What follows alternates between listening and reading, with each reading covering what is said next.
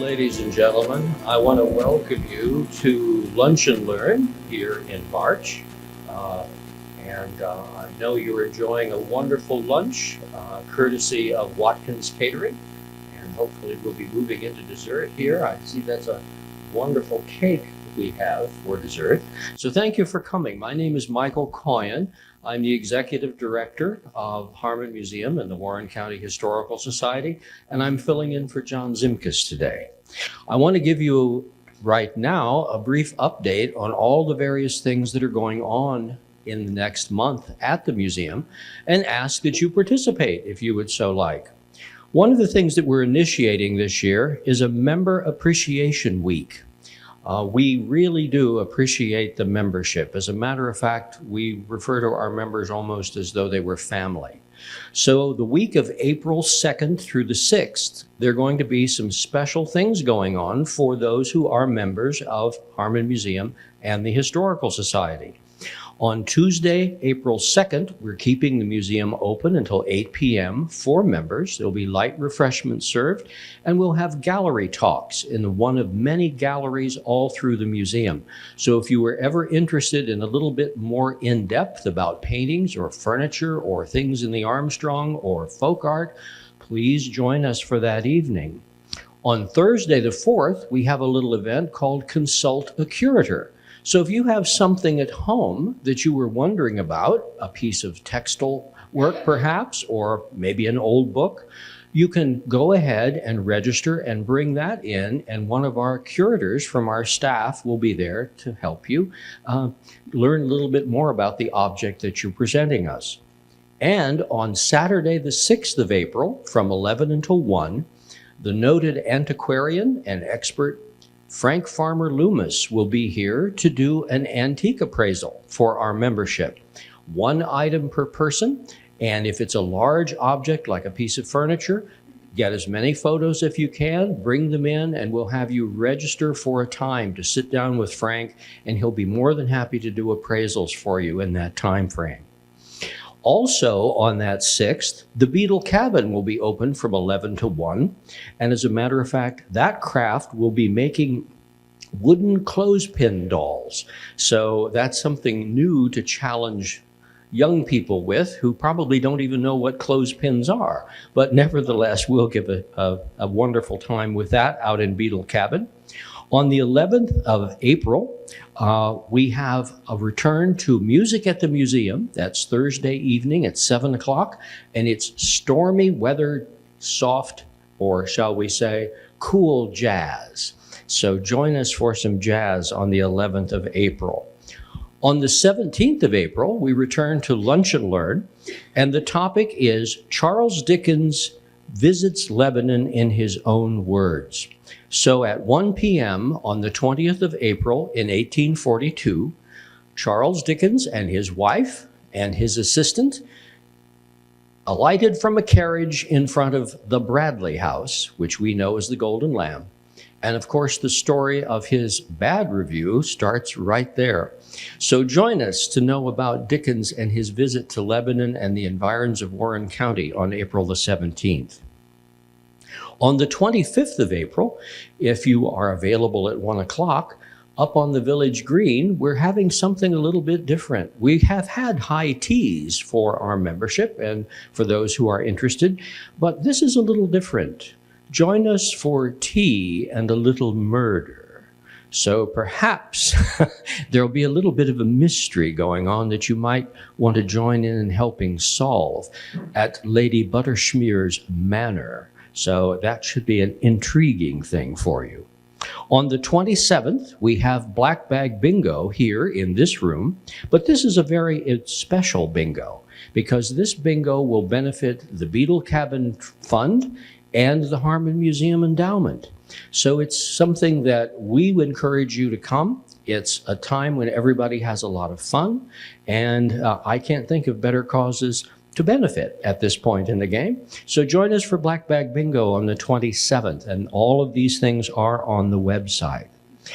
On the 3rd of May, we have a new opening upstairs, which would be the samplers from our collection.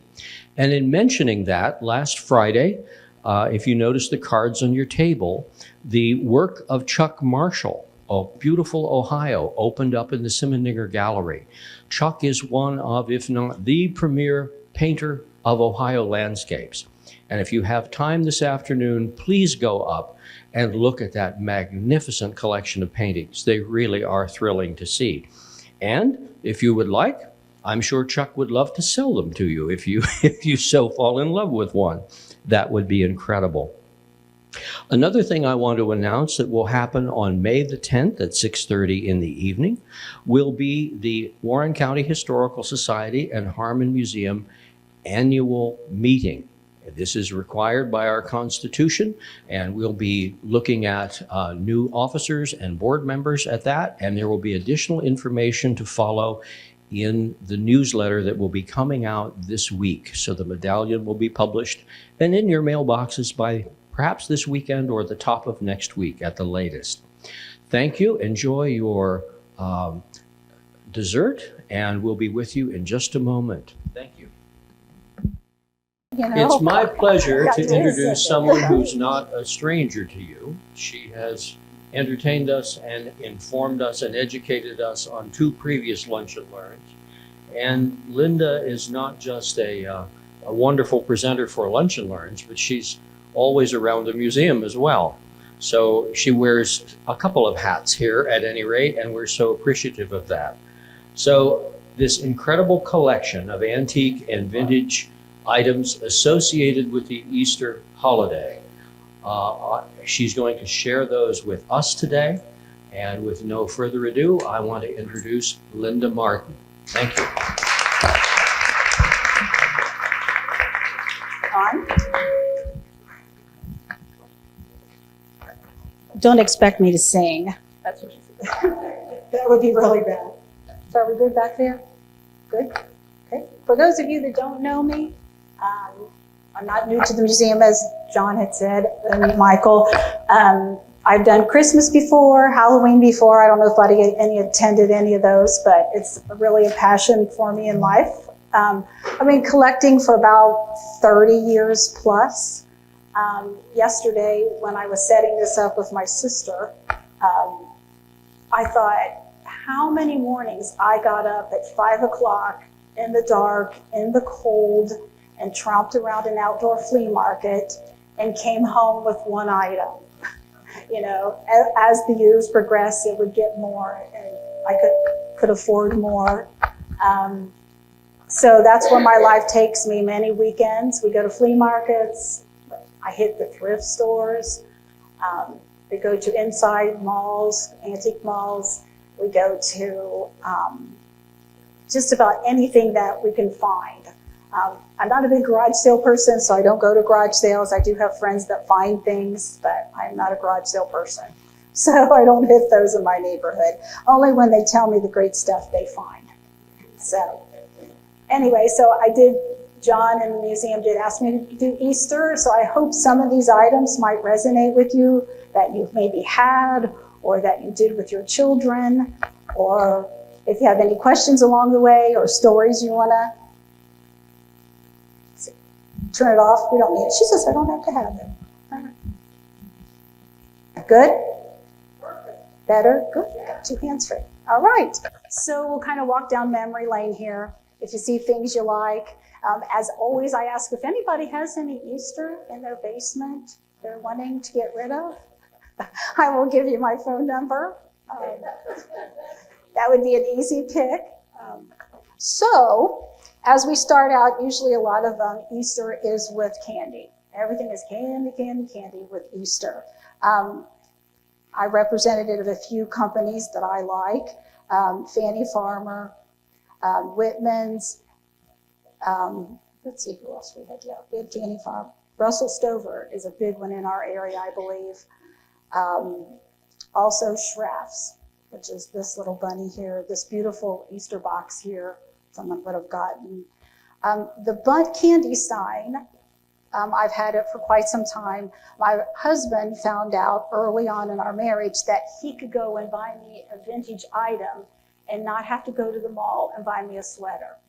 So that saved him many, many years. He gives me them for Christmas, for my birthday, for our anniversary, just because I was nice on the day, I guess. But he's a collector too, so he does understand that I do love it. Interesting pieces. We were looking at this one yesterday. It has a little scene inside. Do you remember those? And the scene is still in there as Lisa was seeing it. Not broken, perfect shape. Why they didn't use it, I have no idea, because most kids would have. I have several different sets of these in different colors. This is one of my favorites. I have several of these. This beautiful hat, which was a candy box. Yeah, really pretty, really nice. I don't have any time frame on it. I can't find any history on it, but I thought those were really pretty. They could have got it for Mother's Day as well, maybe. This was a really pretty Brussels Stover candy container. It opens, that you could have put candy in it. So therefore, the candies were really, really popular to all of us at one time. What did you do when the candy was gone? You threw it away. So therefore, finding pieces like this over a period of time can be, if they're not tore up, if they're not mildewed, a lot of things happen with boxes, but they were just thrown away. So the Russell Stover came in on the scene in like the 1980s. It stopped selling Russell Stover candy. It was founded by Frank Shattuck in 1911. So all those years he was a chocolatier, I guess is what they call him to this day. Also, the Bundt Candy company came to the United States, and it was founded in 1876 by German immigrants, which I thought was very interesting. Their claim to fame was they were the first candy company that made the chocolate covered bar. So they were the first ones on the scene with that. Back to the little Schrafts. My husband tells a story. He worked at Rinks in high school. So as a job that he needed, just a high school job. And someone returned a huge box of Schrafft's candy to have their money returned. They said they didn't like it. So of course, those stores, they always returned your money. But what they didn't say, or what they didn't tell the person, that they ate 2/3 of the box and then decided they didn't like it. Got their money back. Maybe they went and bought another box then. So that's always a funny story that he tells about that Schrafft's candy. If you get a chance, come and take a look at some of these items. This little girl, I have no idea who she is, but I just loved her. She was in an Art Deco frame, which was really cool. I had some of these picked up. Bunnyland. So this little girl is the same as this little girl. So I don't know where that little girl ended up, but she was 3-year-old in this and 5 years old in this. So very cute pictures. Everybody remembers doing that with Christmas, right? Everybody went to see Santa Claus and you got pictures. So how unusual it is to have them for the Easter Bunny. I left the funny one on your table so you could get a look that it's not always liked by children. So that's pretty interesting. So you could go and eat breakfast with Santa. Also, these little booklets, the Wright Kumler Company gave away. It has little stories in it about the Easter Bunny. This is dated 1949, but the Reichs. The magazines also were the Wright Kumler Company and the John Shillitoe Company. These were a monthly issue that you could get from that company. The child would have subscribed to this. I have some Halloween ones and some Christmas ones. They're very, very pretty inside as well. I did pick this up. It would have been, I'm assuming, a mug that someone got when they went to see the bunny in Bunnyland, or pictures. It has Reich's name on it, just like a little coffee cup. It has little bunny scenes. So I did pick that up at some point, not quite sure where. So that has to do with that. Does anybody remember seeing the Easter Bunny with pictures? You did back there? You did? Do you still have them? Oh, that's good, because at least you know who that is. So maybe these were at an auction or something, and that's why the family still doesn't have them. But anyway, Moving on here. This is one of the prize advertising piece. My husband loves advertising as well as myself. It was the Army Navy. So obviously this was during wartime that they would have had sold their product, Armor Hams. What I didn't realize until I did a little research was the star that was on all their products. And it says that they did that so people would recognize that it's their ham, that the star. This particular, didn't have that this way. This particular one, the only thing I know about Armor Ham or anything out of a can is that we have this at our house. Armor Vienna sausages. This is as far as we got with the Armor products. My husband loves this as well as my cat Wilson. They share this can of Armor's Vienna sausages. So I don't know if anybody else eats them. They're probably terrible for them, but they loved them. Keeps me from having to cook at night. And it says the Armor ham is the gold star, is the fillet of ham, specially trimmed, all lean meat. You never have to worry about the waste. It's so good, the only thing you'll throw away is the can. That's right. So I guess they still have canned ham. Do they still have? I think it probably did from the picture that I see here. Yeah, it has the little key. I hope you didn't break it off, did it? Yeah, so, but I thought because of the wartime, it was so interesting. It's a little bit rough, but it does tell us the truth about that company. These were by another company, Swift. They put out a lot of hams.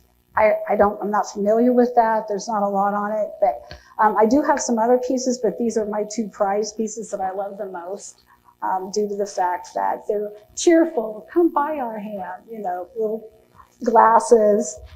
So those are good advertising pieces, and I'm going to check out that canned ham. Who can remember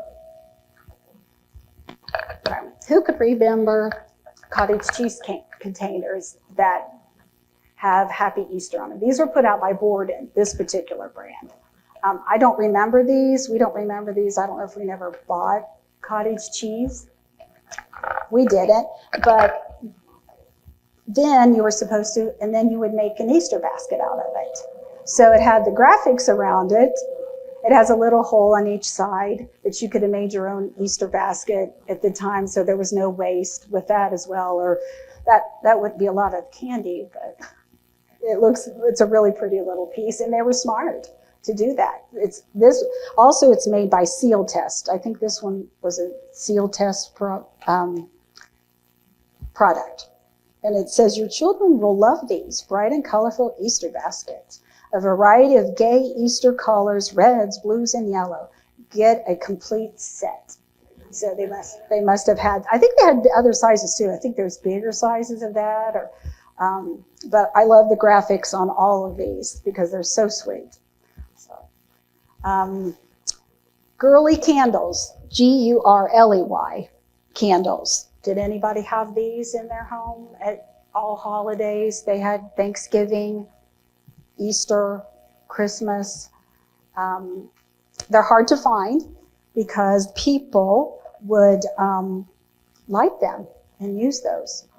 They were not meant to be burned, but I find them now that they're like burned down into the head, or, it's like, how can they sell that? But they do. They have bigger ones. I think they ran like 10 cents. This one says 15. The bigger ones were a little bit more, but they were founded by Franklin Gurley in 1949. They were centered around holidays because, like I said, I think we had some that were from Thanksgiving. They were big. You still see lots and lots of those out there. They declined in popularity in the 70s because I guess they just felt people didn't buy items like that they couldn't burn. So it wasn't quite clear on why, but right now they're in really hot demand. If you have Christmas ones, if you have Halloween ones, the Halloweens are top of the line. They're going for like $50. So they're very hot. So if anybody has those in their basement, but they're so cheerful. There's many of them that you can pick from. These are my favorites. So that's why I brought those along today. So. Did you make a mistake putting them in your head? Yes. What a surprise when you open it. Yeah. That's holiday because you have a little ring to it. Yeah, they do. And I see those too, like Christmas, the bigger Christmas ones. That's a good point because everybody stored things in the attic not thinking. That's why it's hard to find them in. The Christmas light bulb. Yeah, that's right. Yeah, that's a good point. Yeah, because we probably put ours up there too. I don't think we had Christmas, but we did have Thanksgiving. I remember we put those out every year. So, what comes next with Easter? Easter cards. I don't remember sending Easter cards. I don't remember our family sending Easter cards. I don't know if we ever received Easter cards, but they were very popular once they came on the scene from the card companies.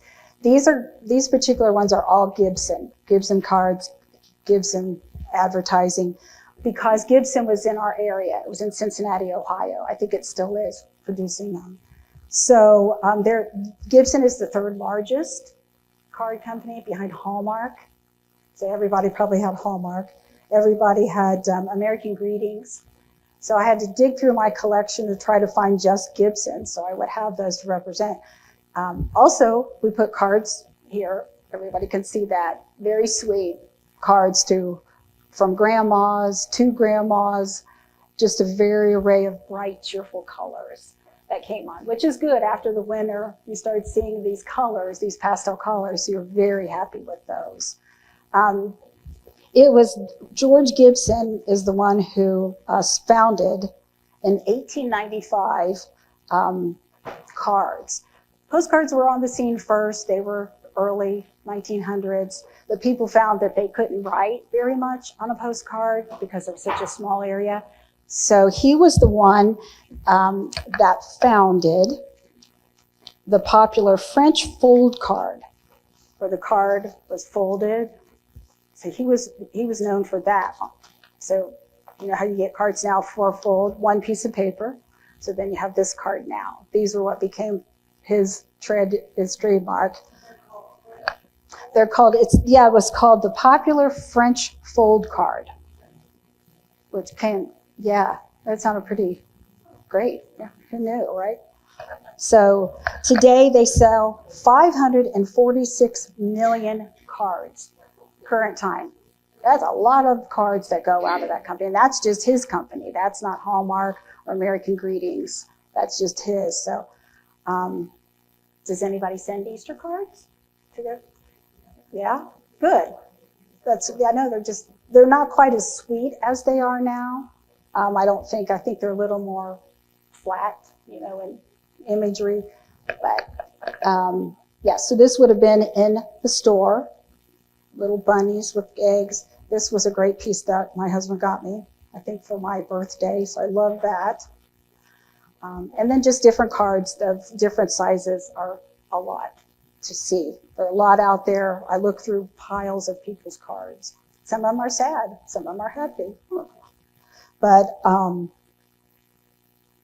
I don't think I would have just picked a card because I've got to buy a Gibson card. I don't think I would do that. But so anybody know anything about egg dyes? There's a lot of egg dyes. I got a lot of egg dyes that are out there. None of which any of these were our families. You probably remember your mom or whoever bought these at the store. They had everything in them. They had the dye, they had the dipper. You could use this box then as a basket itself. Turn it over, punch that out with the little characters. Flex is a big company. I don't know if Flex is on the scene today, but it started about 100 years ago. This was a countertop store display. These would have been the ones you would have bought that just had the little packet in it, the little dye packs, the little tablets. And then other transfers, directions on how to do the eggs.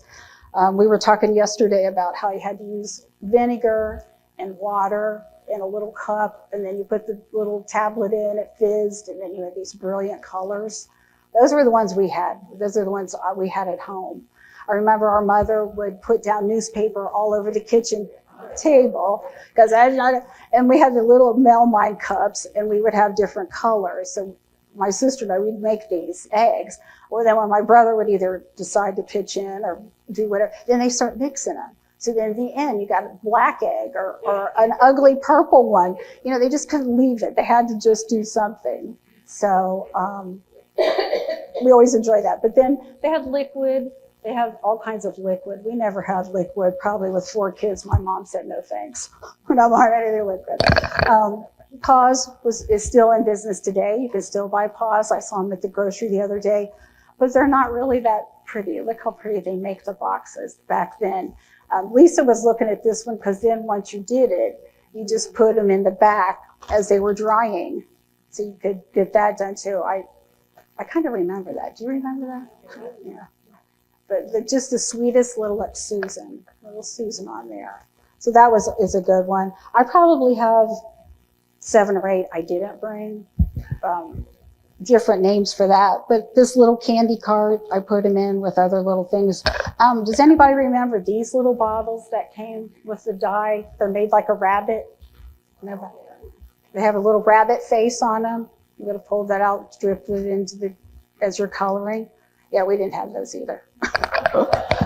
Nope. No. So, and then in the end, this is what you get. Brilliant, beautiful eggs. I still to this day see this and think, oh, I just loved looking at those and doing what it takes to get them to look like that. Now there's just, everybody uses plastic eggs to hide. They're probably more durable than the real eggs were. If you hid them and hid them and hid them like we did, they were pretty smashed up by the end of the day, you know, or we couldn't find them, or, yeah. Then there was that little wax crayon. Yes, that little wax crayon that you could write and then it wouldn't stick to it, but then you started and then it like, because it was too, you know, have more to say or your name was longer. Yeah, I did not plan ahead, that's right. But it looked, they also had those little papers in them that you could put around the eggs, like little, or stickers you could put on. That would be fun. I did want to go back to this Gibson real quick. I forgot this. I found this. It's a complete set that you could have taken home, colored, and it would have been cards that you could have mailed. It's got cards in it. So you would have colored those and then mailed them. So I thought it was pretty fun, that little Gibson with a little sweet bunny there. So that gave the child something to do. It's $1.50. I thought that was a lot. Yeah. Mm-hmm. I think it's later though. I think it's more 60s. I think it looks more like a 60s item, is what I think. So this I got for Easter from my husband. I kind of forgot I had it. I went in our basement of stuff and pulled this out the other day and I thought, oh, I got to use that. That's really great. These had these little pills too. I wonder if they have the little instructions. Oh yeah, you'll laugh at these because these are those little transfers. Remember, yeah, those little transfers. You try to hold the paper towel on it and then you thought it was just going to be beautiful. There's a strong man. But yeah, I thought, then here's that little crayon you were talking about. But yeah, so those were always fun to have.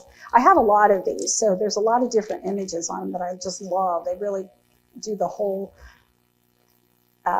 dye packs and everything. They're just doing a great job with it. They did to sell it, probably because there was some competition. But yeah, this was a good RIT. You can still buy RIT today, can't you? Like for dye material or pants or whatever.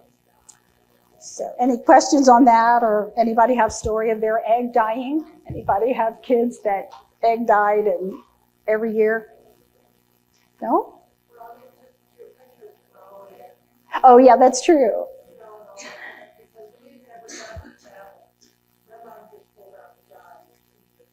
Oh, like food coloring dyes? Yeah.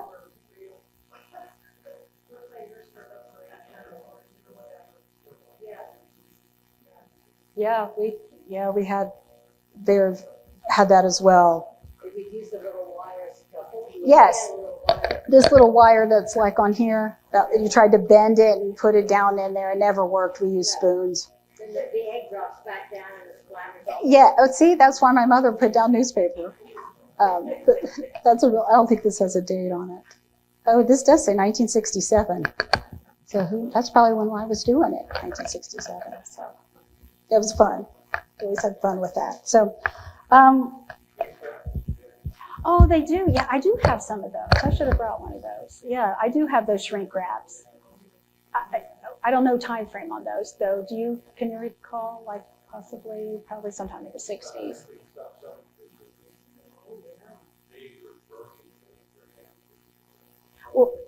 Well, you had these were hot water too. Lisa reminded me that you had to have hot water, but this one says cold water. You could use it with cold water, but that's because it's probably liquid and it didn't require it to dissolve. And yeah, true. So before the war, World War II, you were able to get all kinds of metal bunnies, little metal bunnies, all different sizes, little cards. After the war, or during the war, could not get anything metal. Then plastic came out almost right after the war. These called Rosbro. There's a lot of different pieces of this plastic. This is a really cute one though. So they don't have quite the detail that these do. A lot of these were Ohio art. They came from here in Ohio. Ohio art made sand pails. You probably had those.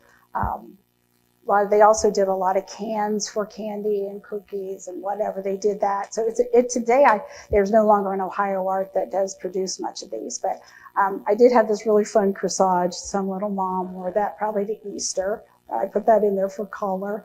But these have a lot of detail on it. Both of these that I have are relatively new.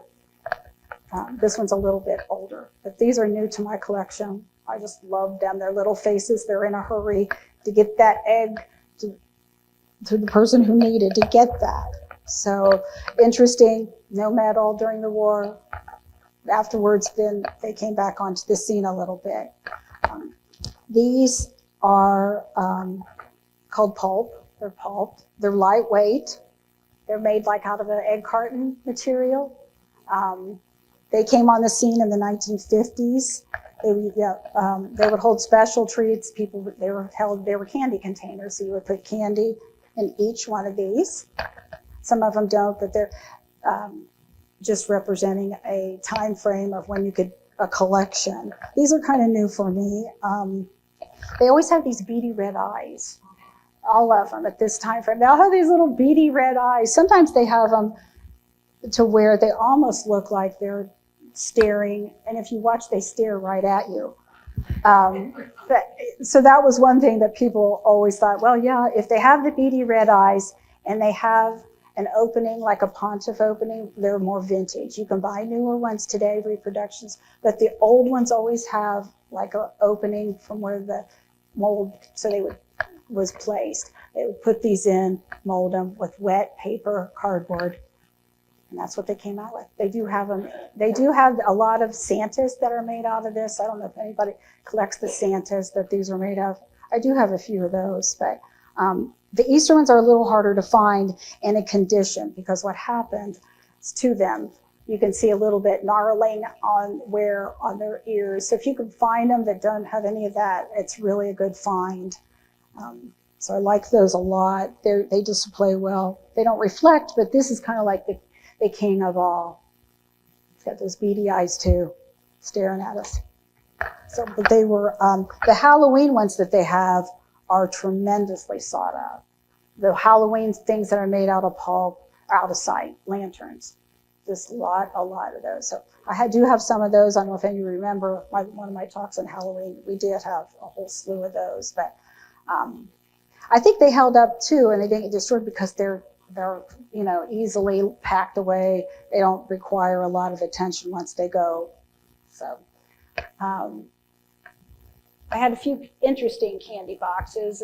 We looked at this one yesterday. This is like the Hall of Fame candy box, isn't it? I mean, look at the material. It almost looks like it probably went to a really pretty grandma or lady. It looks kind of like pajama material to me, almost. But the ruffle. But this would have been a really nice candy box that you would have got. So this would have went to someone very special. There's no identifying marker on who made this. I have no idea who made it. I think it's probably from mid-50s to into the 60s where these were pretty popular. It's a plastic, not plastic material. So I love that. This one is one of my favorites because it's round, has beautiful flowers. Does anybody remember getting candy in these? No, these are no identifying markers on this either to who actually made this. It's got a little bit of wear, but to find one in good condition, I believe I might have bought this at one of the thrift stores. But who knows, I can't remember where I get everything. So handkerchief cards kind of leads us to the clothing part here. People would have gotten handkerchief cards. Does anybody remember these? Actually, this one's kind of funny because it says to dad. So why would, and it says 1948. So why would dad, I guess, I don't know, it just seemed unusual that dad would have got an Easter card. Mostly they were saved for moms or teachers or Sunday school teachers, special people like that. There's a lot of Christmas ones. I mean, I probably have 50. That's why I can't find any more, because I have 50 or more. This one's a little bit, not quite as that cheerful as that one, a little more serious. Easter lilies was on this one. It's a pretty one, I thought. Easter I have a few of, but not as many as Christmas.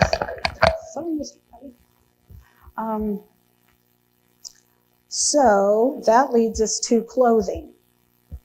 On everybody's table is a hat that I would have purchased at one of the flea markets. I blinged them up a little bit so we could make them a little more cheerful. We were trying them on yesterday. The people that wore these have really small heads because none of them fit us. But everybody remembers hats, right? Everybody can remember who wore hats. Did anybody here wear hats? You guys gonna say, really?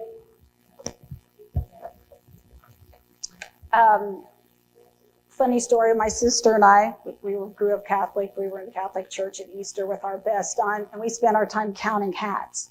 In this church, remember that? We would sit and see how many did you come out with? So we would try to see all the women in church that had a hat on. And then we would tally it up and be at the end. Yeah, we were exactly paying attention to Judy.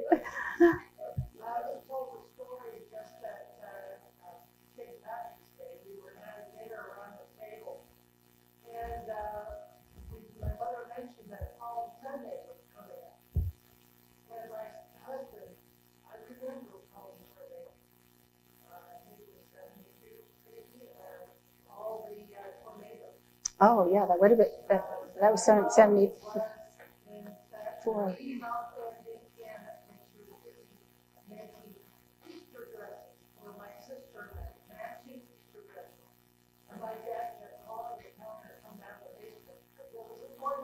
Oh, my gracious. She had her priority.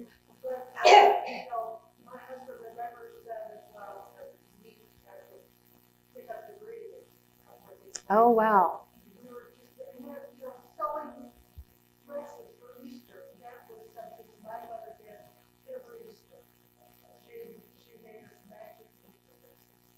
That was nice.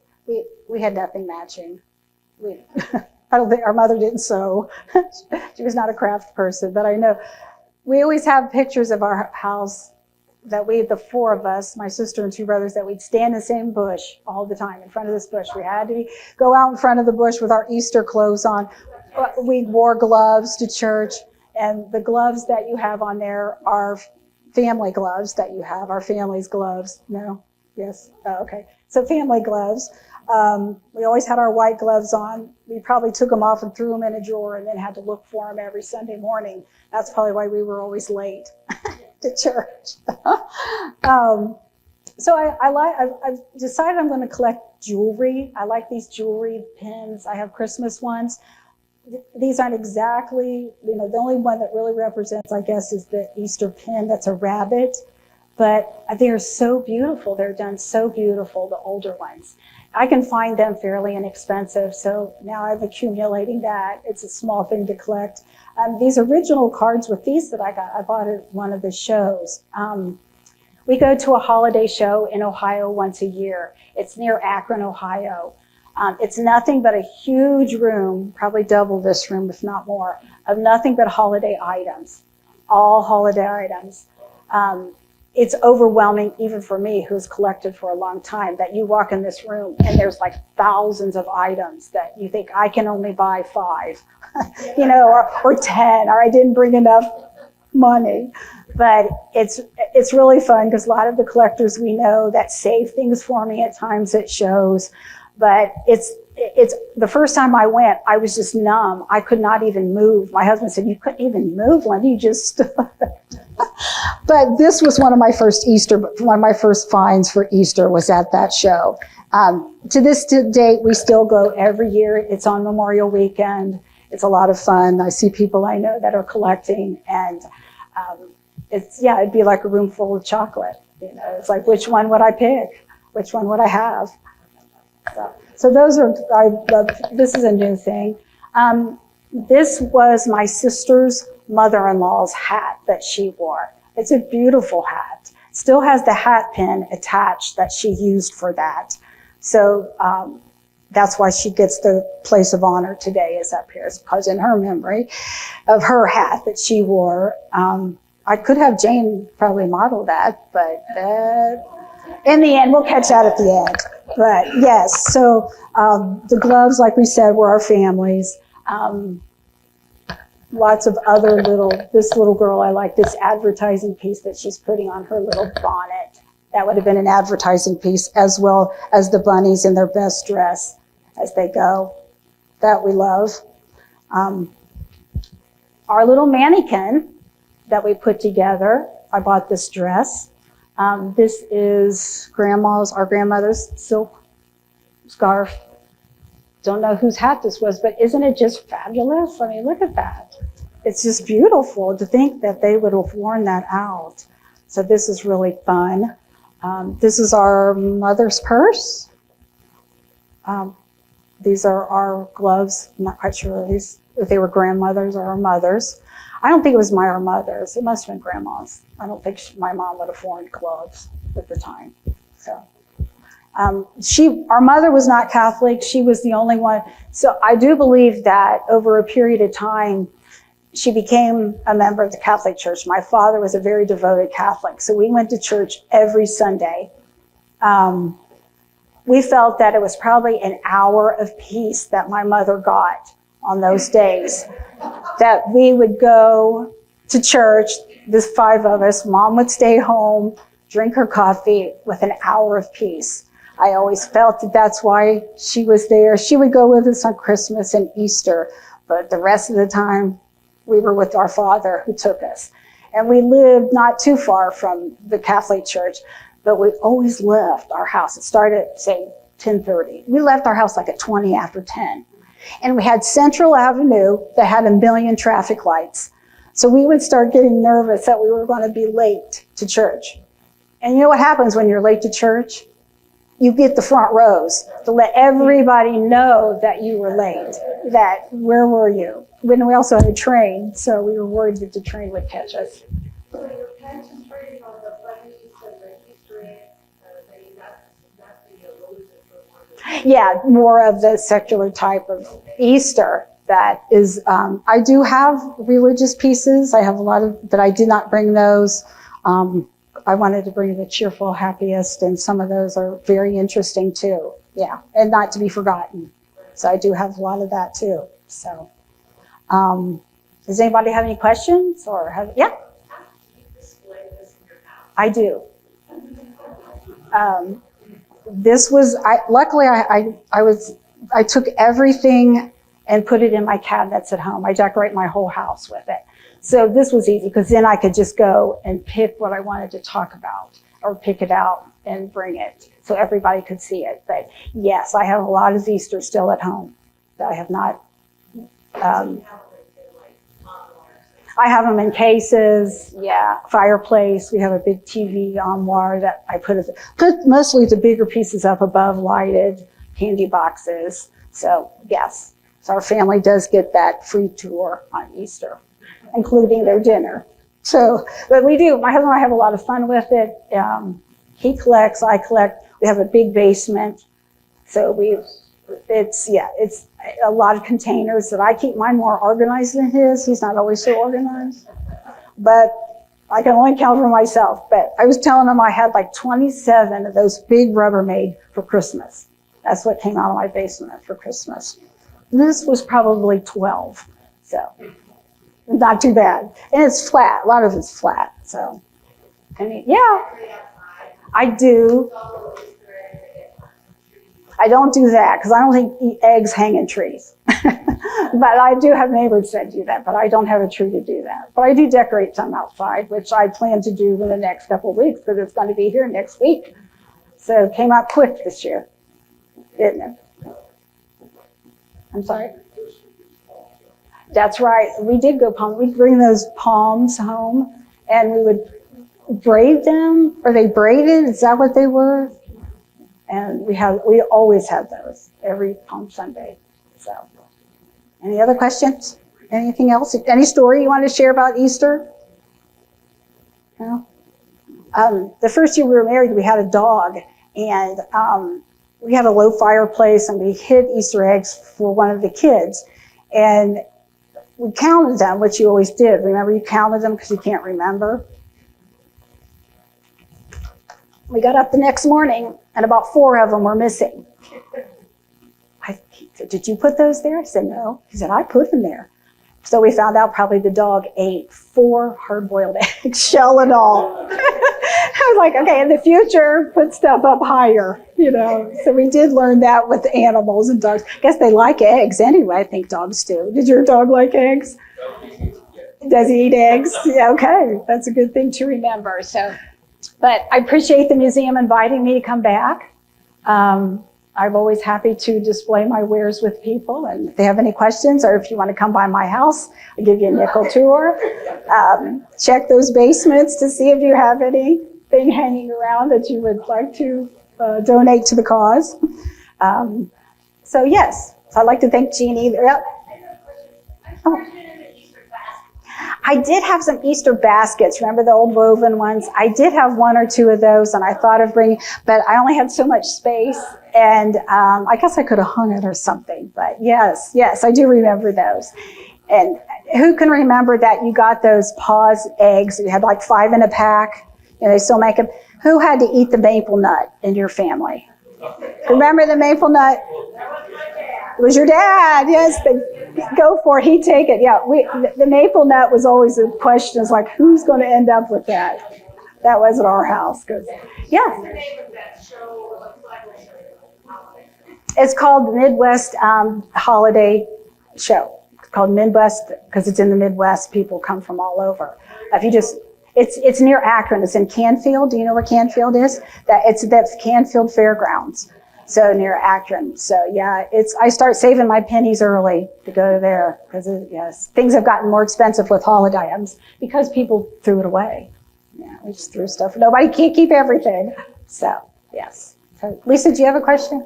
Oh.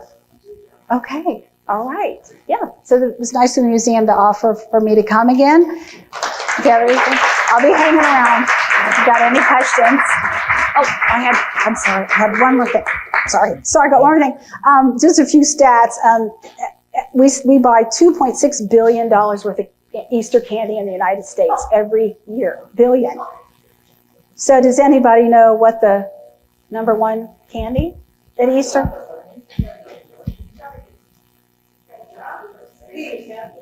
Reese cups.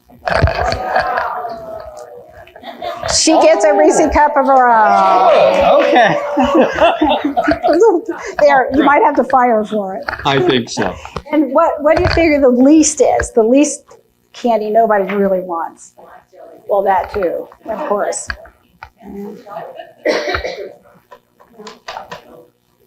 No. Nope. Anybody have a thought on the word?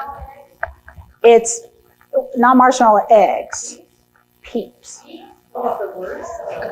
And you can collect your prize of Peeps. I love Peeps. We love Peeps.